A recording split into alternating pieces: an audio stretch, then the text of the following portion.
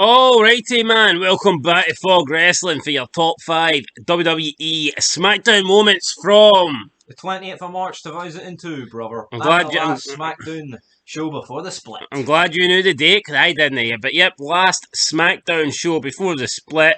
Obviously, the draft happened on Raw. The lottery draft happened after Raw. So going into this SmackDown, I wasn't expecting it to be that great. But it definitely, it fucking showed me. It showed me how wrong I was. Showed us up. Great show. I mean, a lot of great moments that aren't making our top 5 here that were great. You had Tajiri and TORRIE entering the APA's room. They ripped the piss out of Tajiri for not being able to speak English. They were trying to communicate with beer cans and telling Tajiri to go and get more people for the beer while TORRIE stays. And then Bradshaw finds out that TORRIE's crap at poker, and then he just suggests they play strip poker. That was great. With El Hebner fucking screwing Test in the match against RVD, does a massive fucking Fuck, I forgot about that. spin kick when Test is hanging onto the ropes. That was great. With a tag team match between Ric Flair and Triple H before they start Evolution against McMahon and Angle. No, this didn't even make the top 5. With a half decent Raven promo with King saying that Predator wants his hair back. I mean, there was a lot of good shit on this show. There was nothing bad. A lot of good shit. It's very good SmackDown, but unfortunately we have to go with the top 5 moments, so all that stuff didn't make it. Now let's start speaking about what did make it. Coming in at number 5, we have the NWO Pac, Hall and Nash versus Kane, Hogan, and The Rock. And this match was great, and what I loved about it the most, my favourite spots in the entire match was Nash, one leg over the apron or the ropes, and then getting jacked and hitting the floor. Brilliant. See how much effort it probably takes Nash to get one leg over? Could they know it just happened before he got any legs over? I know, and the repeat, I mean, I counted at least twice, but it could have happened. I mean, I was halfway on him falling to the side and his leg getting tangled up in the ropes. I don't think his legs could support that. No. I think they'd snap off. But anyway, good match. Made NWO last time that they'll be confronting The Rock or Hogan, so it was pretty cool to go off on that. I think it should have been the main event. Yeah. I mean, to me, I know Triple H is the champ and all that, but I guess building in the Raw and shit, you kind of need McMahon and Flair. I mean, I guess. The way it was, good match though. Up next with the Dudleys Goodbye. After the match, Dudleys were failed to regain their tag team championships, so they will be going separate ways. But before then, they delivered a 3D to Billy through a table, and then had a hug, embraced as both guys realised that they were going to be no longer tag team, and Diva on SmackDown, Bubba Ray on Raw. Yeah, Bubba Ray on Raw, Diva on SmackDown. Yes, exactly. Dudleys are split up. And soon we'll be having Reverend Devon and just plain old fat boy Bubba Ray. I mean, I know it's probably not great long term, but I don't think splitting it up for 6 months did any harm. No, I mean, it means when they reunited, you were, excited put for it this way, right? 19 years later, you still remember Reverend Devon, and it brought in Batista. So was it really that bad? Nope. 6 months without the Dudleys, I think, is acceptable. And Bubba Ray gets a world title match against Triple H. What more can you want? And a hardcore title run, I believe. Yes. But don't quote me on that. Although, feuding with Tommy Dreamer on this time is not exactly The Rock. That's a bit of a demotion. Coming in at number 3, we have Christian absolutely having a meltdown, one card away from a royal flush. So you've got Christian, Farouk, Bradshaw, TORRIE, and Tajiri all in the middle of a hand. Christian's saying that he's got a great hand or some shit like this, or no, Christian's like, he's in the middle of like revealing his cards, but he thinks he's got a good hand, and then Tajiri says something, something like when the APA automatically assume he's won. Yeah, he says something that sounds Japanese, and for some reason, Bradshaw just neglects Christian's hand and is like, oh, Tajiri's won. He doesn't even look at Tajiri's cards. He just says Tajiri's won, and automatically, for some reason, Tajiri winning means Tajiri's girlfriend needs to strip. I don't know Bradshaw's logic here, but Christian's been totally blown out. Christian then starts freaking out, bashing the table. He was like, one card away from a royal flush. The cards go everywhere. He's bashing the table.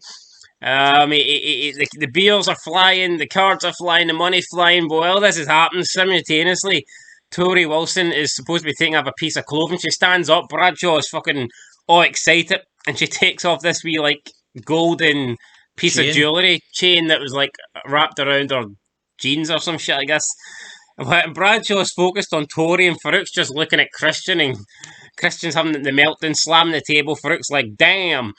And then Bradshaw's fucking not even paid a single ounce of attention to Christian. He's like, I thought we were going to get some panties or something like that, Bradshaw said, and it was great. It was absolutely great. So Bradshaw and Farouk totally focused on two different things here, which is surprising because you'd think with all that beer getting spilt, Bradshaw would have been clotheslining Christian's neck off his shoulders, but I know. He was too focused here on Tori Wilson not taking off any clothing. But great segment. Still to this day we don't know what hand Tajiri had. And we'll never know. Could have had a pair of twos for all we know. Ace high. Yeah, well, I don't know hee-haw about poker, so I mean, that saying all those things. Fire strike sevens, Tajiri, get your money on that, big man. But next up at number 2, we've got the APA Goodbye, and the APA are rolling in this top 5 moments. And this is when William Regal comes in, starts calling them tarts, lowlifes, and then lowlife scums and tarts and dropping everything. But half of them, I mean, probably more than half of them, probably don't even get what he's saying, especially when he said tarts. Yeah. And then Bradshaw grabs him, and then we get a full massive brawl to end the APA being a team. Was this an APA party, or was it basically the draft lottery hang it, apart from Booker T? Draft lottery hang it. Because everyone here was like fucking just picked in the lottery draft. But yeah, William Regal, great. Then Bradshaw has enough of Regal's shit, pulls him over the table, starts battering him. Spike Dudley's minding his own business, and Farouk just starts smashing him off a table.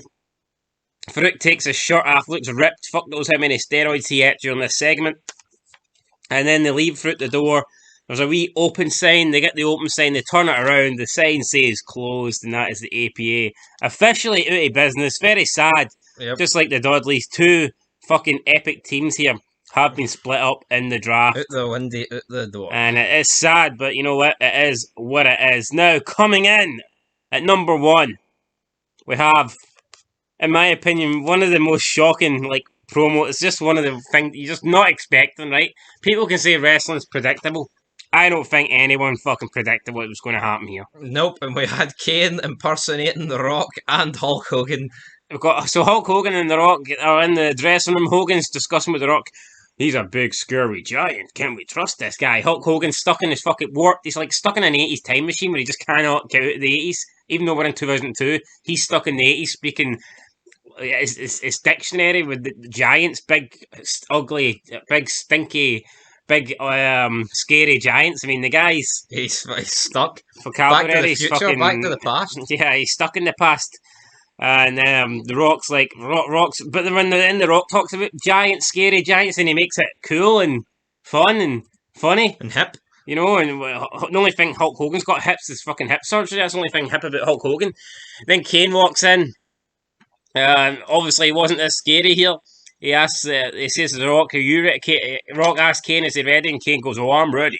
Are you ready? And then Kane asks The Rock, "Are you ready?" And The Rock's like, "You bet you're." And again, Kane just cuts him off and goes, "It doesn't matter if you're ready." And I mean, to me, I never seen that coming. No. I don't think anyone's seen that. Even the person that wrote that fucking didn't see that coming. It was epic. It was fucking brilliant. And then Kane follows up with, "What's the NWO gonna do?" And then he talks about the millions of fans and the Hulkamaniacs and the Canaanites. Laying the smackdown on them, brother. Kane fucking killing it here, and then he finishes off the segment with a bunch of Hulk Hogan poses. All the Hulk Hogan, you name it. The hand to the ear thing, the Hulk Hogan stretch, the Hulk Hogan pose. Everything was great here, and this is the top moment from this SmackDown. So there's your top 5 moments, guys. Great 5 moments. There could have been more, but unfortunately we can only fit 5 onto the list. But an epic SmackDown. If you watch our review, we rated this a 9 out of 10, and I mean it was a great show. I think if they had half this brand split on this, if they did half of the draft on this SmackDown, it would have easily been a 10, maybe even 11 out of 10 if that's even fucking possible. Who knows, guys? But there's your top 5 moments. Until next time, we'll be back with a Raw review in the next couple of days. But until then, thanks for watching. Make sure you like and subscribe. And peace.